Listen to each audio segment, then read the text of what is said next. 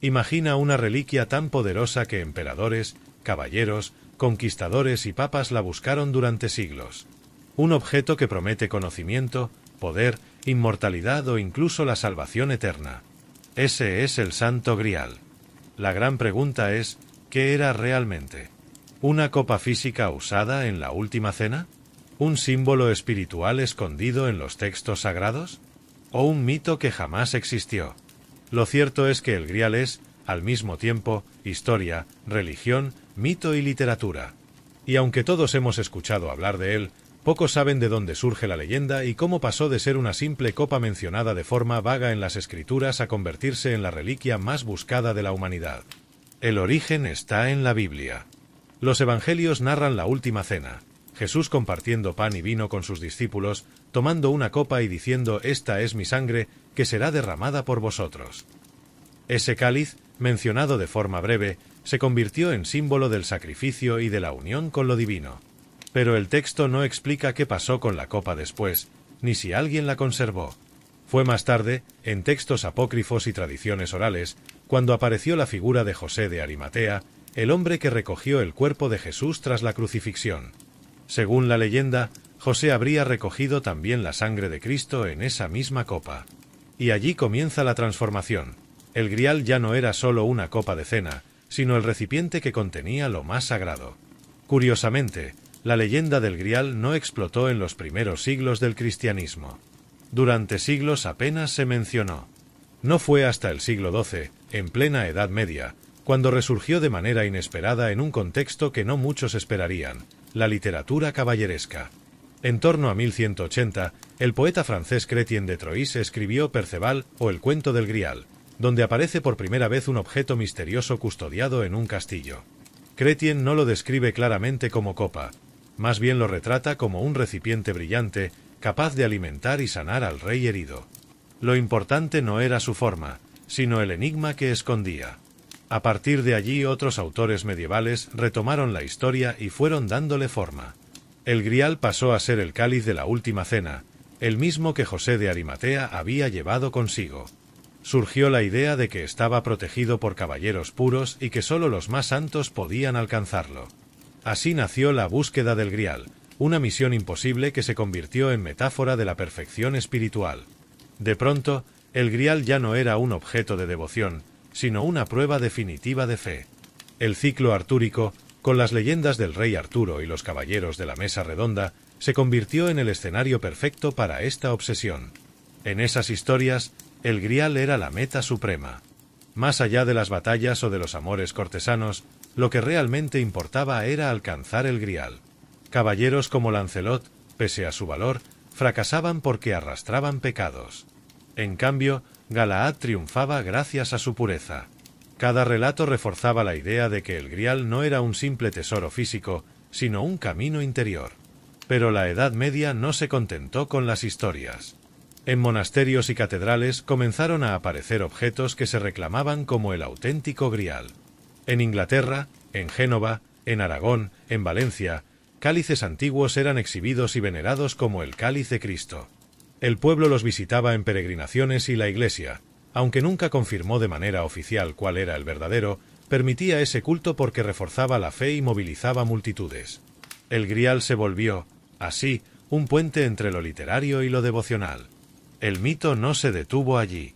Durante el Renacimiento, algunos alquimistas interpretaron el Grial como símbolo de la piedra filosofal, una alegoría de la transformación espiritual. En el siglo XIX, los románticos lo convirtieron en emblema de la búsqueda interior, una metáfora de la perfección imposible. Y en el siglo XX, la cultura popular lo transformó en estrella de novelas, cómics y películas. Hollywood, con Indiana Jones y la Última Cruzada, inmortalizó la imagen del Grial como una copa humilde entre falsas riquezas, reforzando la idea de que lo divino no siempre se esconde en lo lujoso, sino en lo sencillo. Hoy en día, el Santo Grial sigue siendo un misterio abierto. Algunos lo buscan como objeto físico, convencidos de que está escondido en una catedral española o en un archivo secreto del Vaticano. Otros lo entienden como un símbolo espiritual, un recordatorio de que la verdadera búsqueda no es externa, sino interna. Y otros creen que es un invento literario medieval que jamás existió en la realidad, pero que se volvió tan poderoso que todavía nos obsesiona. Lo fascinante es que, al final, el Grial se ha convertido en un espejo de cada época. Para los cristianos primitivos era una copa sagrada. Para los caballeros medievales, la meta de una cruzada interior. Para los alquimistas, un símbolo de poder oculto. Para los románticos, un ideal inalcanzable. Para el cine, una reliquia mágica que da vida eterna. Y para nosotros, hoy, un enigma que combina historia, fe y mito. La pregunta que queda es inevitable. ¿Dónde está? Podría encontrarse en algún relicario olvidado, como los que se veneran en Valencia o en Génova. ¿O nunca existió, y todo lo que hemos heredado es la fuerza de un mito literario? Lo cierto es que, en cualquier caso, el Grial ha sobrevivido durante siglos porque encarna algo mucho más grande que una simple copa. Representa la búsqueda del ser humano por alcanzar lo divino, lo imposible, lo eterno. En el próximo capítulo vamos a meternos en el terreno más emocionante, las reliquias físicas que hoy reclaman ser el Santo Grial. Visitaremos España, Italia y otros lugares donde aún se muestran cálices antiguos que dicen ser la copa de Cristo, y veremos qué dice la ciencia sobre cada uno de ellos. A lo largo de la historia, varios objetos han sido venerados como el auténtico Santo Grial. En monasterios, catedrales y colecciones privadas se han mostrado cálices antiguos que se presentan como la copa usada por Cristo en la Última Cena. ¿Pero qué hay de verdad en estas reliquias? ¿Podría alguno ser realmente el Grial, o todos forman parte de una tradición más de fe que de historia? Uno de los candidatos más famosos es el Santo Cáliz de Valencia, en España. Se encuentra en la catedral de la ciudad y es considerado por muchos como la reliquia más seria. Es una copa de ágata pulida, de color oscuro, montada sobre un pie y asas posteriores. La tradición dice que fue llevada desde Jerusalén a Roma por San Pedro, y que más tarde fue custodiada por varios papas hasta que en el siglo III fue entregada a San Lorenzo. Este, antes de morir martirizado, la habría enviado a Huesca, en Hispania, para salvarla de la persecución. Desde allí, pasó por monasterios y finalmente llegó a Valencia en la Edad Media. Los papas modernos, incluido Benedicto XVI, han celebrado misa con ella. ¿Es prueba definitiva de autenticidad? No exactamente. Los análisis arqueológicos muestran que la parte superior de la copa podría datar del siglo I, lo que la haría contemporánea a Jesús, pero el pie y las asas son añadidos medievales. El problema es que no existe una línea continua e indiscutible de custodia que confirme que esa fue realmente la copa de la Última Cena. Aún así, entre todos los candidatos, es el que más credibilidad ha reunido. Otro candidato importante está en Italia, el Sacro Catino de Génova. Se trata de un plato verde hexagonal de vidrio que durante siglos fue considerado esmeralda. La tradición cuenta que fue traído desde Cesarea de Palestina durante las cruzadas en el siglo XII y que perteneció nada menos que a José de Arimatea. Los genoveses lo veneraron como el Santo Grial durante siglos, hasta que en el siglo XIX se descubrió que no era esmeralda sino vidrio romano. Esto no descartó que pudiera ser una reliquia de la época de Cristo, pero sí debilitó la idea de que fuese la copa de la Última Cena. Aún así, para la ciudad de Génova sigue siendo un símbolo sagrado. En Inglaterra, la leyenda dice que José de Arimatea llevó el Grial hasta Glastonbury, un lugar cargado de misticismo. Allí habría fundado la primera iglesia cristiana de las islas y enterrado el cáliz cerca del famoso Pozo del Cáliz, conocido como Chalice Well. El agua rojiza de este manantial se ha asociado durante siglos con la sangre de Cristo. Sin embargo, nunca se ha encontrado una copa allí, ni se ha presentado una reliquia concreta. Se trata más de un mito vinculado a la espiritualidad celta y al misticismo inglés que de una pieza tangible. Otro supuesto Grial se encuentra en León, España, el Cáliz de Doña Urraca. Está custodiado en la Basílica de San Isidoro. Es un cáliz de ónice montado en oro y piedras preciosas que fue donado por la infanta Doña Urraca en el siglo XI. En 2014, dos historiadores españoles publicaron un libro afirmando que este cáliz era en realidad el auténtico Santo Grial, basándose en documentos medievales que mencionaban un cáliz sagrado enviado desde Jerusalén. La noticia dio la vuelta al mundo, aunque rápidamente generó escepticismo entre arqueólogos y expertos que lo consideran más un tesoro medieval que una reliquia del siglo I. También está el llamado Graal de Antioquía, un cáliz de plata con relieves que se encuentra en el Museo Metropolitano de Nueva York. Fue adquirido a principios del siglo XX y presentado como el Santo Grial, supuestamente hallado en Siria. Sin embargo, los análisis concluyeron que se trata de un objeto bizantino del siglo VI. Interesante y valioso, pero demasiado tardío para ser la copa de la Última Cena. Cada uno de estos objetos comparte un detalle. Todos fueron presentados o venerados en algún momento como el auténtico Grial, y todos tienen argumentos a favor y en contra.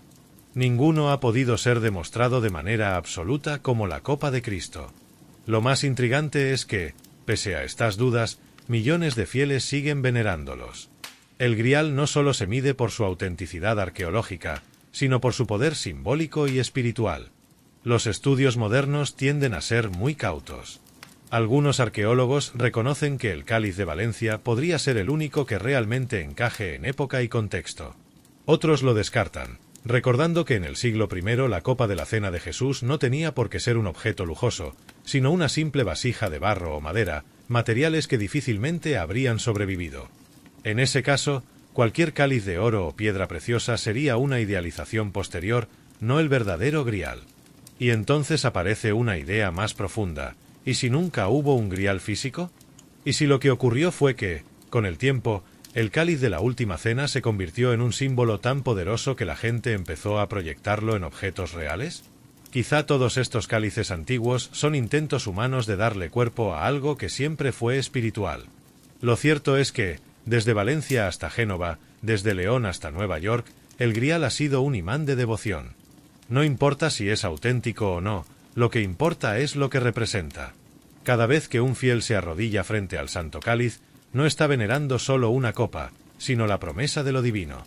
En el próximo capítulo vamos a dar un salto fascinante. Exploraremos cómo el Santo Grial se entrelazó con la Edad Media, los caballeros, los templarios y el ciclo artúrico, convirtiéndose en el centro de una de las mayores sagas literarias y espirituales de la historia europea. En la Edad Media, el Santo Grial pasó de ser un cáliz casi olvidado de los evangelios a convertirse en el centro de una de las leyendas más poderosas de Europa. Fue en ese tiempo cuando la idea del Grial dejó de ser simplemente un objeto religioso y se transformó en la meta suprema de los caballeros, el símbolo de la pureza espiritual y la promesa de contacto directo con lo divino. Lo curioso es que este salto no vino de los templos ni de los papas, sino de los poetas y narradores. El primero en dar forma al mito fue Chrétien de Troyes, un poeta francés del siglo XII. En su obra Perceval, o el cuento del Grial, introduce por primera vez un objeto misterioso custodiado en un castillo. Lo llama Grial, pero no lo describe como una copa sino como un recipiente brillante que tenía un poder extraño, capaz de sanar al rey enfermo. Chrétien nunca terminó su obra y dejó el misterio abierto. Esa ambigüedad alimentó la imaginación de toda Europa. Otros autores medievales retomaron la historia y la expandieron. Poco a poco el Grial se identificó con la copa de la Última Cena, vinculándolo directamente con José de Arimatea, quien supuestamente lo habría llevado hasta tierras lejanas para custodiarlo. El mito creció en torno a la figura del rey Arturo y sus caballeros de la mesa redonda. El Grial se convirtió en la meta máxima de sus aventuras.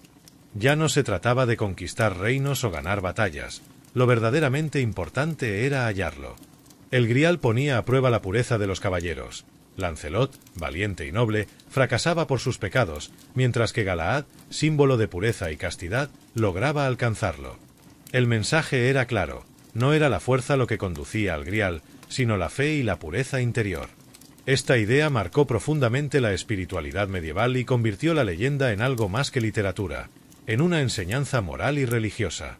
Al mismo tiempo, comenzaron a circular versiones que vinculaban directamente al Grial con órdenes secretas. Los templarios, esos monjes guerreros que protegían a los peregrinos en Tierra Santa, fueron pronto asociados con la custodia del Santo Grial. Su aura de misterio y su repentina desaparición alimentaron la idea de que habían guardado secretos prohibidos y reliquias poderosas. Según algunos cronistas y leyendas, los templarios no solo protegían el Grial, sino que lo habían escondido en lugares secretos de Europa. Estas historias no tienen pruebas sólidas, pero se volvieron tan populares que aún hoy inspiran novelas, documentales y teorías de conspiración. En paralelo, la Iglesia también se benefició del mito. Varias catedrales comenzaron a exhibir cálices antiguos, reclamando que eran el verdadero Grial. Esto atraía peregrinos, reforzaba la fe y generaba prestigio. En ese contexto, el Grial se movía entre lo literario, lo religioso y lo político.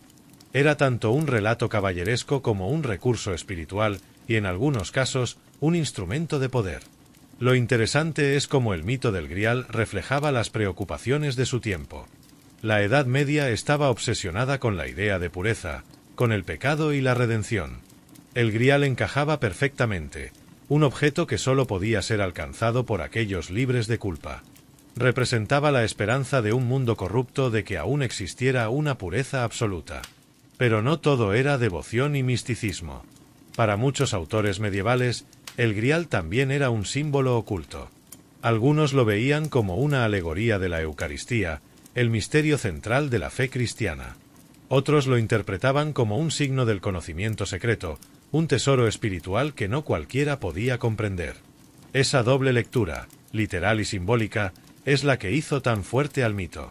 Permitía que fuese a la vez una reliquia física y un ideal inalcanzable. El vínculo con los templarios fue reforzado con el tiempo por rumores y crónicas tardías.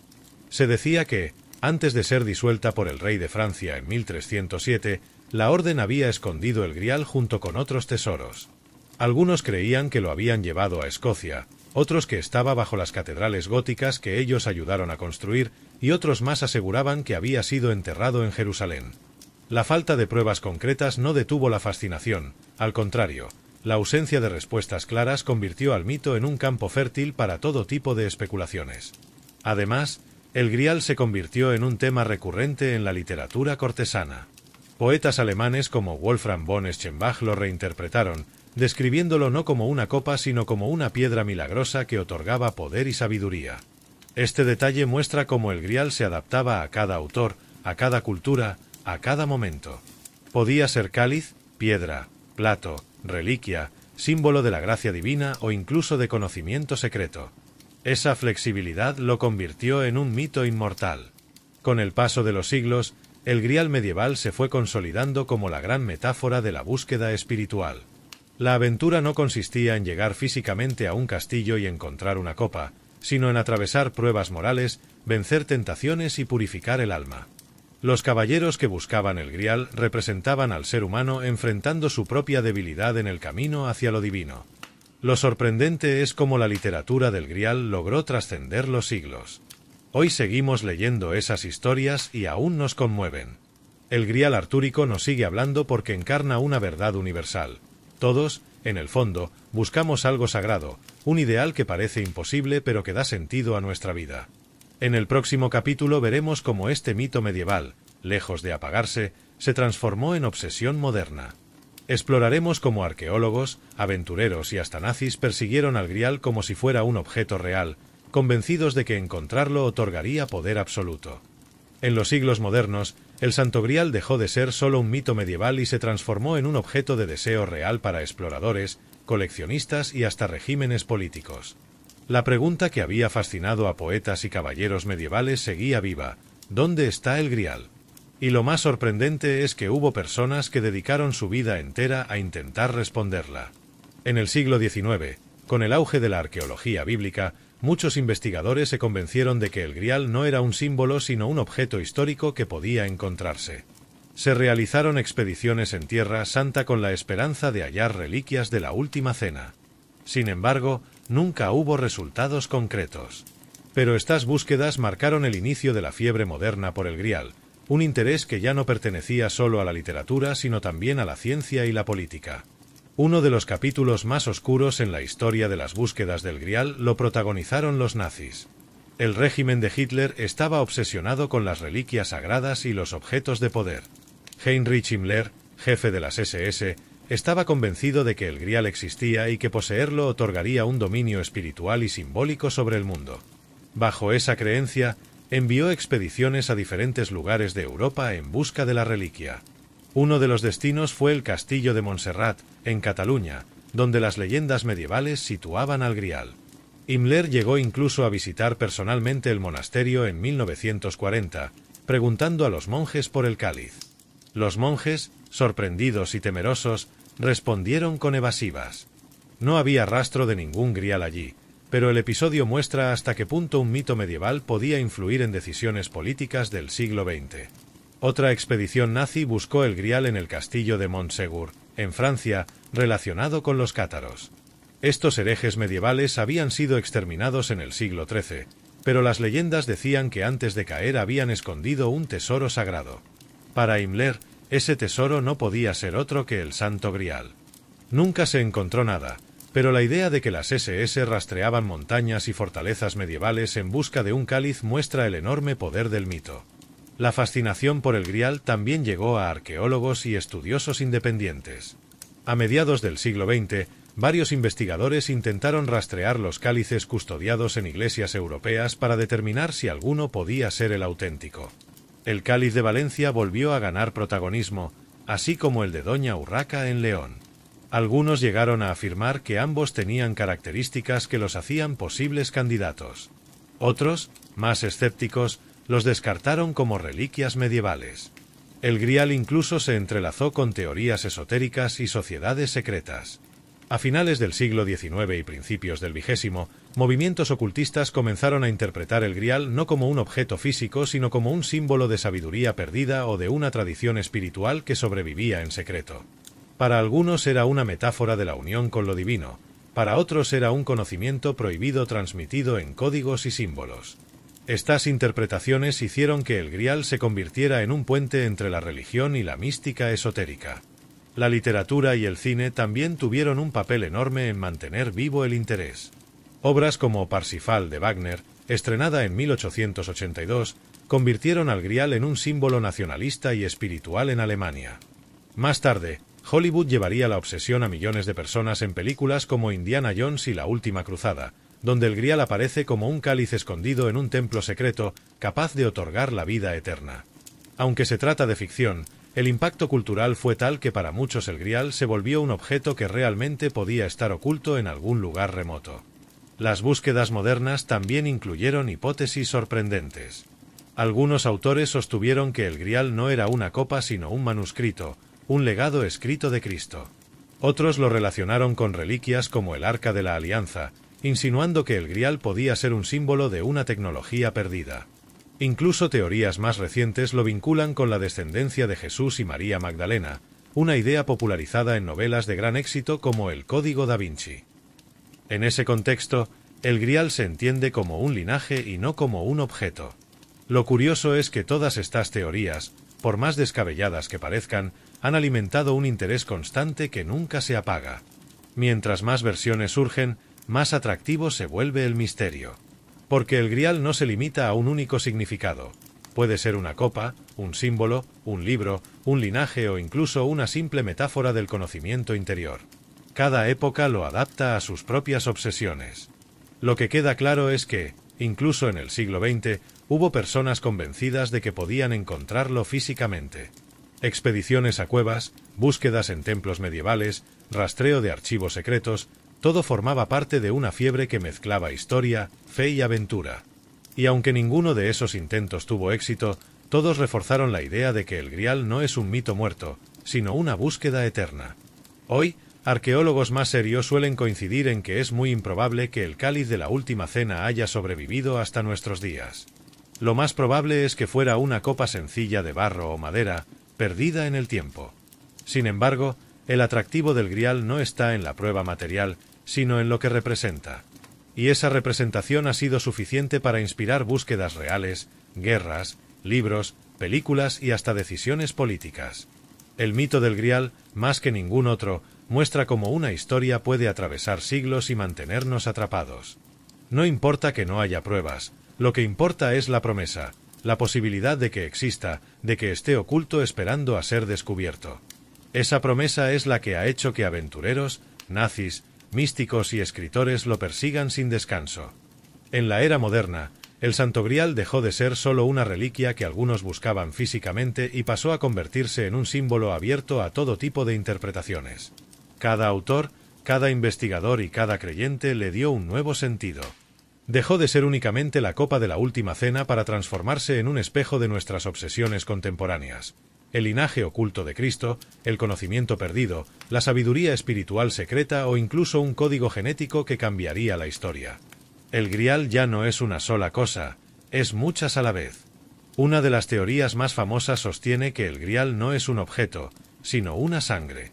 El término sangreal en los textos medievales fue interpretado por algunos como sangre real, es decir, la descendencia de Jesús. Según esta idea, el Santo Grial no sería una copa, sino la custodia de un linaje sagrado que habría sobrevivido en secreto a lo largo de los siglos. Esta interpretación explotó en el siglo XXI con el éxito de la novela El Código da Vinci, que popularizó la idea de que María Magdalena habría sido la portadora de ese linaje. Para unos es una blasfemia, para otros una revelación posible. Lo cierto es que, aunque no hay pruebas históricas, la teoría se instaló en el imaginario popular y convirtió al Grial en un símbolo de misterio genético y herencia espiritual. Otra corriente de pensamiento interpreta el Grial como un depósito de conocimiento. En esta visión, el cáliz no sería una copa, sino un libro, un manuscrito, un objeto capaz de contener la sabiduría prohibida de la antigüedad. Algunos lo vinculan con los templarios, asegurando que ellos no custodiaban un cáliz, sino un saber oculto que podía cambiar la civilización. Otros lo relacionan con los cátaros y su mística secreta. Incluso hay quienes afirman que el Grial está conectado con el Santo Sudario o con el Arca de la Alianza, como parte de un conjunto de objetos que contienen el secreto de lo divino. En el terreno espiritual, muchos ven el Grial como un símbolo interior. No importa si fue copa o piedra, lo importante es lo que representa, la búsqueda de lo sagrado dentro de nosotros. Según esta interpretación, el Grial es la metáfora de la iluminación, del contacto con la divinidad personal. Los caballeros que lo buscaban no estaban tras un objeto físico, sino tras su propia pureza interior. Esta idea conecta al mito medieval con la psicología moderna, porque nos recuerda que todos tenemos un Grial que perseguimos, un ideal que nos impulsa a superarnos. La psicología profunda, especialmente con Carl Jung, también exploró el mito del Grial. Jung lo interpretó como un arquetipo del inconsciente colectivo, el recipiente que contiene lo más valioso de la experiencia humana, lo que da sentido a la vida. En ese sentido, el Grial sería una imagen que representa la totalidad, la unión de los opuestos, la integración espiritual. No es una copa perdida en el tiempo, sino un símbolo eterno que aparece una y otra vez porque refleja algo esencial en la psique humana. Las interpretaciones modernas también han sido influenciadas por el esoterismo y la nueva era. Para algunos, el Grial está ligado a energías ocultas, a centros de poder en la Tierra, a portales espirituales que solo se abren a quienes tienen la preparación adecuada. En esta línea de pensamiento, lugares como Montserrat, Glastonbury o Rennes-le-Château no son solo escenarios históricos, sino nodos energéticos donde el Grial podría manifestarse. No como un objeto tangible, sino como una experiencia de revelación. Lo interesante es cómo todas estas teorías se alimentan unas a otras. El Grial es sangre y copa, linaje y manuscrito, símbolo y energía. Es un rompecabezas que nunca se termina porque no hay una única respuesta. Y ahí está su fuerza. Al no poder ser reducido a un objeto concreto, el mito se renueva constantemente. Cada generación lo reinterpreta según sus propias preguntas. En la Edad Media fue pureza, en la época nazi fue poder, en la posmodernidad es misterio y conspiración. Incluso en el ámbito académico, algunos historiadores han comenzado a analizar el Grial no tanto como objeto, sino como fenómeno cultural. Lo importante no es si existe, sino cómo ha logrado influir en la política, la religión, la literatura y la imaginación colectiva durante casi 2000 años. En ese sentido, el Grial es real, aunque no exista físicamente. Existe en la mente, en el arte, en la devoción de millones. Por eso, muchos concluyen que la verdadera búsqueda del Grial es la búsqueda de sentido. El hombre medieval lo expresaba con caballeros atravesando pruebas. El hombre moderno lo hace con teorías de conspiración, películas de Hollywood o libros de arqueología fantástica. Pero la raíz es la misma, la necesidad de creer que hay algo supremo, oculto, que si lo encontramos nos dará respuestas y nos transformará. Lo curioso es que cuanto más se escribe sobre el Grial, menos claro queda qué es. Y eso, lejos de ser un problema, es lo que mantiene viva la leyenda. Si un día alguien presentara pruebas irrefutables de que el Grial era una simple copa de barro guardada en un museo, probablemente perdería gran parte de su magia. Lo que hace poderoso al mito es precisamente que nunca se cierra, nunca se resuelve. En el próximo capítulo, el final de esta saga, vamos a enfrentarnos a la pregunta definitiva: después de siglos de historias, búsquedas, fraudes y símbolos, ¿qué es realmente el Santo Grial? ¿Un objeto que espera escondido? ¿Un invento literario? ¿Un reflejo de nuestra alma? Será el momento de juntar todas las piezas y buscar una respuesta, aunque quizá, como siempre, el verdadero misterio esté en la propia búsqueda. Después de tantos siglos de historias, de cálices venerados, de caballeros en busca de un ideal y de conspiraciones modernas, la pregunta sigue en pie. ¿Qué es realmente el Santo Grial? ¿Una copa perdida en el tiempo? ¿Un linaje secreto? ¿Una metáfora de la espiritualidad humana? Lo cierto es que el Grial ha sido todo eso y mucho más. No existe una única respuesta porque el Grial no pertenece solo al terreno de los objetos, sino también al de los símbolos. Si nos atenemos a la historia pura, lo más probable es que el cáliz usado por Jesús en la última cena fuera una copa sencilla, de barro o madera, como las que cualquiera usaba en Judea en el siglo I. Objetos así rara vez sobreviven 2000 años, por lo que la posibilidad de que esa copa exista aún es extremadamente baja. Algunos cálices de piedra o ágata, como el de Valencia, encajan en la época y han mantenido tradiciones sólidas, pero nunca se ha podido demostrar sin duda su autenticidad. Para los arqueólogos, lo más sensato es admitir que el cáliz original probablemente se perdió para siempre. Pero si la historia parece cerrar la puerta, la cultura la mantiene abierta. Desde Chrétien de Troyes en el siglo XII, el Grial dejó de ser una reliquia de iglesia y se convirtió en una metáfora literaria. Allí, en el mundo de los caballeros artúricos, nació la idea de que el Grial es el premio de los puros, la meta de quienes buscan lo divino más allá de la fuerza y la ambición. Esa versión literaria fue tan poderosa que dio forma a siglos de espiritualidad. El Grial dejó de estar en Jerusalén o en Roma para estar en los corazones de los que lo buscaban. Luego llegaron las interpretaciones modernas que añadieron nuevas capas. Para unos, el Grial es el linaje secreto de Jesús, para otros un conocimiento prohibido, para otros una metáfora psicológica de plenitud interior. Todas estas visiones tienen en común una cosa: el Grial se adapta a lo que cada época necesita. Cuando Europa estaba marcada por la fe, fue símbolo de pureza y gracia divina. Cuando los nazis buscaban poder, lo transformaron en reliquia mágica.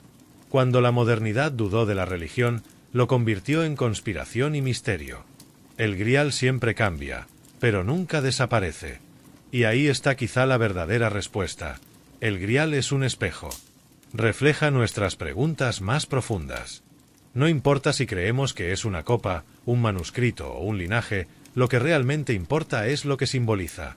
El Grial representa lo inalcanzable, lo sagrado, lo que da sentido a la búsqueda humana. Es el ideal que siempre parece estar un paso más allá, empujándonos a avanzar. Carl Jung lo vio como un arquetipo del inconsciente colectivo. Un recipiente que contiene lo más valioso, la totalidad de la experiencia humana. Una imagen que aparece una y otra vez porque expresa algo fundamental, la necesidad de integrar lo divino con lo humano, lo material con lo espiritual.